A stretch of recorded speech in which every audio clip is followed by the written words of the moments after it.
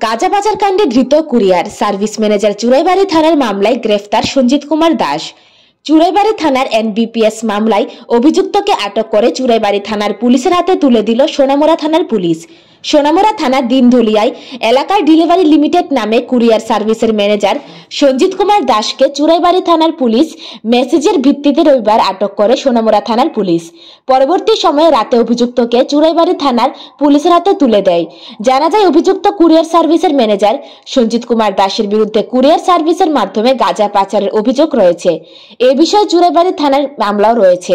তারই পরিপ্রেক্ষিতে চুরাইবাড়ি থানার প্রেরিত মেসেজের ভিত্তিতে সোনামুড়া থানার পুলিশ অভিযুক্তকে আটক করে এবং রাতেই চুরাইবাড়ি থানার পুলিশের হাতে তুলে দেয়। এই বিষয়ে সোনামুড়া থানার পুলিশের আধিকারিক পরিতোষ সাংবাদিকদের উক্ত ঘটনা প্রসঙ্গে বিস্তারিত জানান। Bureau report, জনদর্পণ।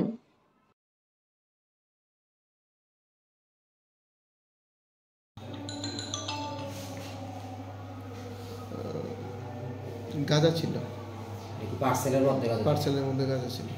কত কেজি আসলে না, ডিটেলস কত কেজি ছিল এটা আমাদের জানা নেই। সে কি এখানে ডেলিভারির ম্যানেজার? হ্যাঁ, সোনামুড়ার ম্যানেজার। আজকে চুরাইবাড়ি থানা থেকে আমাদের কাছে একটা মেসেজ আছে।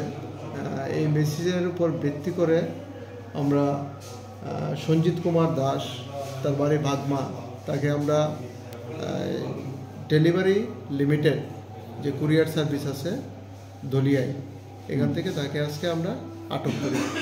সে চুরাইবাড়ি থানার একটা এনডিপিএস কেসের মামলার অভিযুক্ত আসামি। চুরাইবাড়ি থানার কেসের মামলার অভিযুক্ত আসামি হওয়া সত্ত্বে আমাদের কাছে যে ইনফরমেশনটা আসে ওই ভিত্তিতে আমরা তাকে অ্যারেস্ট করি, মানে ডিটেন করি এবং তাকে আজকে আমরা হ্যান্ড ওভার করে দিই। কি ছিল